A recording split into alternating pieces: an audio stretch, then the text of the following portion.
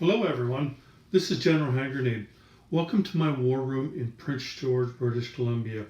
In this video, we're going to be looking at cyber warfare in the game Global War 2025 Meltdown. So this is something new for us, isn't it, as global warriors?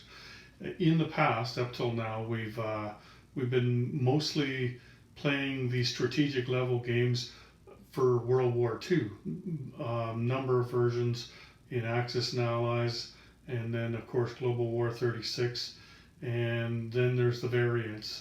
The Bloodbath game and Grasshopper had a game, and there's all the online games, but they're all World War II, aren't they? And so back then, nobody even heard of computers. Probably the geeks did, like the very few people on Earth. But I don't even think they could have envisioned the type of world that we'd be living in, or at least the role that computers would play in that.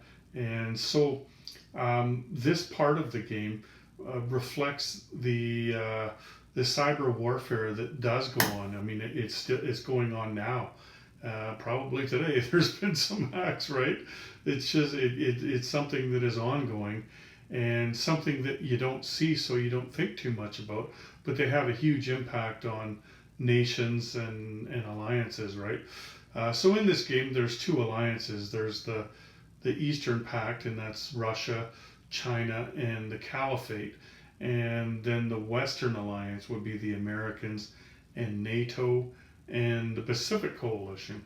And what happens is in this game basically is that all three of the Eastern nations go as a group. So it's like you're having one power, but with three different economies, right? And three different tech charts, and like they've all got their own little thing, but they all go at once. They attack and they defend at once and everything.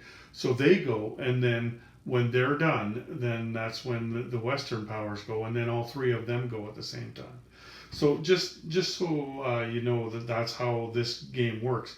So when you do go, when your turn comes along for your faction, there's 5 different phase sequences. There's planning phase, there's the combat orders phase, there is combat, then there's strategic movement, and then there's the end of turn phase. And each of these phases has different things that happen in them. In this video, we're concentrating on the first one. Like mostly what we'll be doing is talking about the cyber warfare, but that does affect some of the other activities in the game, and especially in this phase. And so I'll touch on those as well. Here, let's move the camera now, give you a different view, just so you don't get bored, because I don't need to move the camera around too much for this, right? Like I said, cyber warfare is kind of an invisible thing that happens. So on that initial phase, the planning phase, there's 4 different things that you can do, and all 3 of the factions will do that at the same time. Like if you're only playing a 2-player game, you against somebody else, then like you would just do all 3 of them, right? And it doesn't matter what order you do it in. So the first thing is cyber warfare, and the next thing is diplomatic influence. Then you have fund research projects, and then you have your place factory orders. Again, you can do these things also in any order, not just your factions in any order, but these 4 things you can do in any order. And when you're done, like once you've decided I'm done, then it's time to start rolling basically. But you'll do all of them, right? And you can change them because I don't want to buy that or whatever. Like you can do all these things in any way that you want to. It's kind of cool that way. So anyway, cyber warfare. So what happens is each faction has cyberware points. Like here, there's the Americans. They have 5 of them, and the Pacific Coalition has 3 of them, and the NATO faction, they have 4 of them. And then over there, the Caliphate has 4, the Russians have 4, and the Chinese have 5. So altogether, the Eastern guys there get they get 13, and the Western Alliance, they get 12 of them. So it's pretty even that way. But in technology department, there is a couple of technologies that you can develop that gives you improved cyberware for both NATO and the Pacific Coalition. And what that basically gives you is 3 more dice that you can do, like 3 more points. And so the dice that you're going to be using for this are 6-sided dice. So better dust off your old 6-sided math rocks for this game, because you'll be using them a lot, right? Like what I'm doing is I'm using the little ones from the 1914 game, because I can just roll them on the mat here, like right on the board. I don't really need a dice tray for that, because you'll be rolling them all over the map, right? Like you're going to decide, I'm going to do this and this and this and this and this and this, and then when you get all that done, that's when you're going to start rolling. Like here, well, we'll just get into it and we'll talk about that. So let me tell you about cyber warfare. I'll just read to you what it says here. Players can make cyber attacks using cyber points as outlined below. So cyber points. Each faction has a number of cyber points to spend each turn. They are spent to roll dice in cyber attacks as detailed on the cyber warfare table. A faction may spend these on one type of attack or divide them up among several. For example, a faction with 4 cyber points could roll 4 dice for a critical infrastructure attack, or roll 1 die for each of 4 different types of cyber attacks.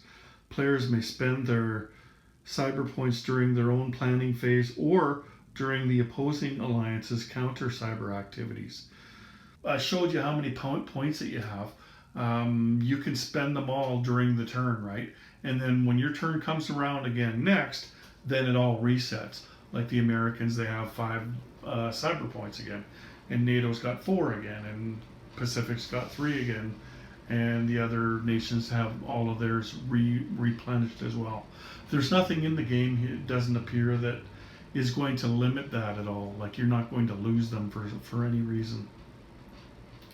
And there is a table here that just shows you all of the different things that you can spend your dice on. Each action uses 1 cyber point, which allows players to roll 1 6-sided die per point spent. Players can spend any number of dice on an action. Any successes not used on the current turn are lost. Each faction must declare how many die it is using prior to making a specific cyber attack. It cannot make the same cyber attack against the same target more than once per turn. What that means is that you don't have to place all of your dice at once or decide everything that you're going to do all at once, but you can't add to it afterwards. So here, let's just take an example here. One of the things on the table is called geopolitical influence. Now, in this game, you can attempt to influence the neutrals. Like, let's take the Americans as an example here. Brazil looks like a pretty juicy target, right? It's worth 4 IPP. There's an air base and there's a naval base, and it does have a few units on there. I haven't placed the neutrals on there. They're in the mail right now. I believe they're in Edmonton. They're on their way here. Anyway, so I'll just read to you the geopolitical influence. Factions use cyber assets to influence the opinion of a neutral country through rigging elections, spreading propaganda, revealing embarrassing secrets about their politicians, and generally disrupting their institutions. The player rolls 1 die per cyber point spent. Each die that comes up with 6 is a success. Each success gives the faction a +1 on the diplomatic influence roll used this turn.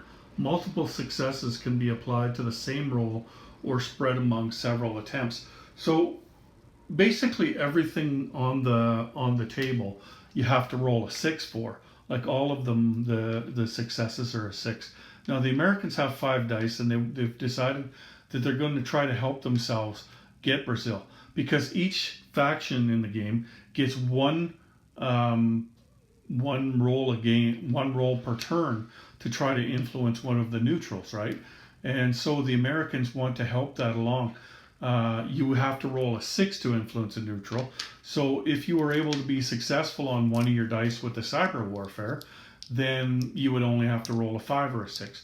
Or if you were successful on 2 of them, then you'd have to roll a 4, 5, or a 6, and so on and so forth. So it depends on how important you think this is to you on this turn, right? Like you could roll all 5 of your dice and try to get a 6 on there, or more than one 6 too. Or you could just roll one of them. Maybe there's a bunch of things you want to do, and you just roll one. But just remember, like, you've got a 1 in 6 chance on each dice. So if you roll a 5, then you're almost got a good, like a really good chance of getting it, right? Like a six dice should get you it, but again, might not. I mean, you could roll 6 ones, right? So let's just say the Americans want to roll 3 dice, okay, to try this. Now, so they're going to roll 3 dice, and they get 1 6 there. You see that, right? Now, let's say I didn't get a 6 there. Well, now I can't say, you know what, I've got 2 more dice, I'm going to try that again. You can't do that. Once you've decided that you're going to roll 3 on that, you can't add to it later. So I wouldn't have been able to roll 1, oh, got a 2. Roll another one, oh, got a 3. Roll another one, oh, I got a 6. Okay, I'll stop now. You can't do that. You have to decide how many dice you're going to use. You're going to roll that many dice, and then you're not going to roll anymore for that particular activity, for that faction. Like you could try to do it for NATO if you wanted to, but you couldn't do it again for the Americans, right? So then there's another thing on there that is the last one, and it's called counter cyber. And let me read that to you. Players use cyber warfare assets to counter enemy activity. After an enemy has rolled their dice, the opposing factions can attempt to counter a success by using any remaining cyber points they have. Each success, and that's a roll of 6, in counter cyber disrupts enemy success. Note, if the cyber warfare activity requires additional rolls, like this one does, right, such as damage, attacks, or influence, the player cannot wait to see the result.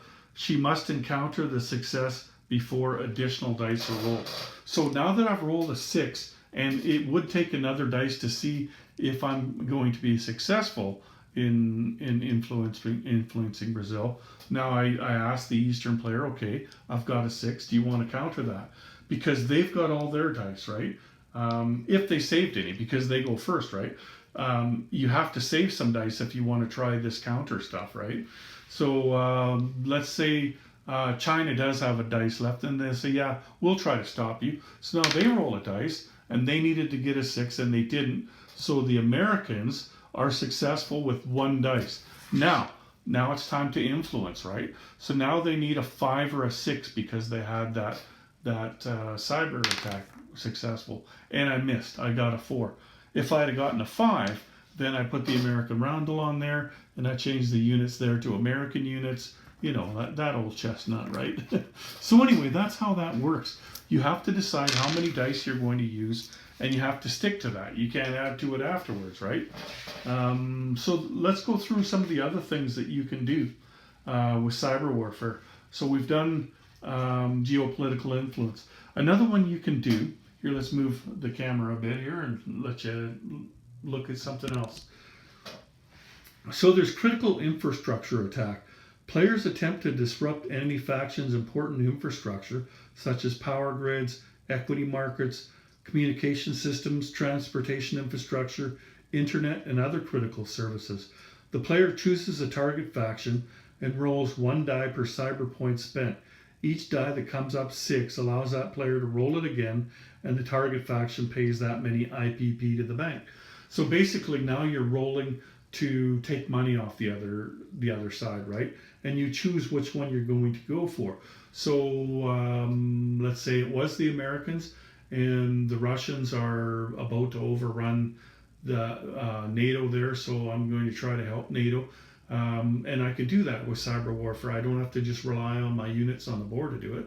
So I'm going to decide that I'm going to use 2 dice for that. Here, let's just move this back here and roll it. So 2 math rocks. And look at that, I got a 6 and a 5. So the 6 makes it a success. And now that I have to roll again to find out how much I'm going to get off them, Now, the other guys, if they have any cyber points left, they can say, okay, I'm going to try to counter that. And I mean, they could roll 10 dice against you if they have 10 dice to try to get a 6, right? Like if they really don't want you to do that, they can try to stop you. So let's say Russia says, no way, I'm gonna, and so they roll and they get a 4, so they miss. So then these guys roll and a 6. That you can't do any better than that. So Russia loses 6 IPP right now. Like it comes right off their dashboard out of the bank for them, right? And back into the World Bank. It's not 6 off their income. It's 6 off of the money they have on hand. Okay, so the next thing that you can do is a base shutdown. So viruses target computer systems that run enemy air and naval bases. The player chooses one or more naval or air base they want to target and selects how many dice they will use to target each. Each roll that comes up with 6 is a success. Re-roll that die as if the base was hit by a base strike. So in a base strike, when you roll again, a 1 to 4 means that the player has to pay that much to the bank right away to undamage the port or the airbase. And a 5 or 6 means that you place a damage mark on it, which means that they have to wait until their end of turn phase and pay 5 IPP to remove the damage marker. So basically, you're getting them so that they can't use that base this turn. Now, why you might want to do this, and this is what makes cyber warfare so interesting, is you give it some thought, right? Like let's say like we were just talking about there, the Russians have an opportunity to overrun NATO. It doesn't look like that right now. Like it's just sitting in the opening setup. But let's say they've moved in there and they're doing well, but they need to keep the Americans away. And the Americans have sea lift and airlift. So one of the things that the Eastern Pact can do with their cyber dice is that they can choose to shut down the bases or the airports with these cyber attacks. Plus, they can also attack them with their planes and with cruise missiles, right? So if it's really important that you want to do that, then like here, there's a base up in Germany there, a naval base. There's an air base there, naval and air bases in France, right? So the Eastern Pact, they could decide to roll all 13 of their dice against that if they want, but they have to specify before they roll. They'll say, okay, I'm doing 3 dice against this, 3 dice against the air base. Like you have to specify it, and then you have to stick to that. Once you've decided, you can't say, oh, you know what, I'm going to change this and I'm going to go over here and do this. Yeah, once you've decided, then you have to stick with that, right? Anyway, that's base shutdown. So kind of like the critical infrastructure attack, you're also going to take money off them, but you're also going to damage that base as well. So maybe base shutdown is a better thing to do than critical infrastructure attack, because you're going to take money off them. It just depends on, are you going to get $1 to $4 now, or are you going to get $5 later, right? Plus the loss of use of that base. But I mean, if you're picking a base that it doesn't matter if it shuts down or not, then that's not an issue, right? Okay, so then there's another one, and this one is only available to the eastern side, okay? The Eastern Pact only. So hackers break into vulnerable banks around the world, looting money and repurposing it for their own sinister use. The player rolls 1 die per cyber point spent. Each die that comes up with a 6 is a success. Re-roll that die and collect that many IPPs from the bank. All of the opposing faction members may use counter cyber to disrupt this attack. So there you go. Like, let's say, and this is something that could very well happen. Let's say these guys, they don't start with much money here, the Caliphate. So let's say they're going to take all 4 of their dice, right? They're going to try to get more money, so they'll just roll all 4 of them, right? And they miss them. Too bad, so sad. Oh, let's try that again. And they miss them again. Okay. Let's say they got 2 6s though. Now the other guys can decide before you re-roll again. They can decide, you know what, we're going to try to counterattack those 2 6s, right? So they can roll as many dice as they have, if they want, you know, any amount of dice. But they can't just wait. Like they can't, okay, let's see what you get. And so they roll a 1. Oh, I'll let you have that dollar. I'm not going to counter it. You know, or a 6. Oh, I'm going to try to counter that. Like you have to decide before they roll that dice. And that's why, right? You can't just see how successful they're going to be and then decide to do it, right? Like you have to decide. You have to make the right choice, right? The right guess. Okay, so then the next one is called military intelligence. Factions enhance their ability to gather intelligence and disrupt enemy combat systems. The player rolls 1 die per cyber point spent. Each one that comes up with 6 is a success. For each success, take a 12-sided die and place it in a land or a sea zone your faction wishes to attack this turn. This die can be used once to give any unit in that combat an extra die roll once.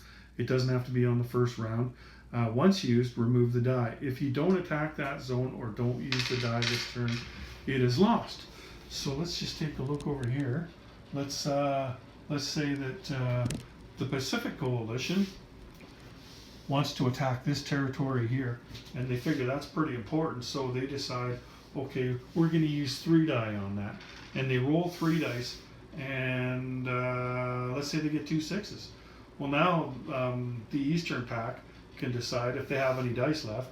They're going to decide, okay, we're gonna roll 3 dice against that, and they get 1 success. So that means that 1 6 was not counteracted, and so these guys get an extra dice. You would just put a 12-sided dice in that territory. So then when you do go to attack,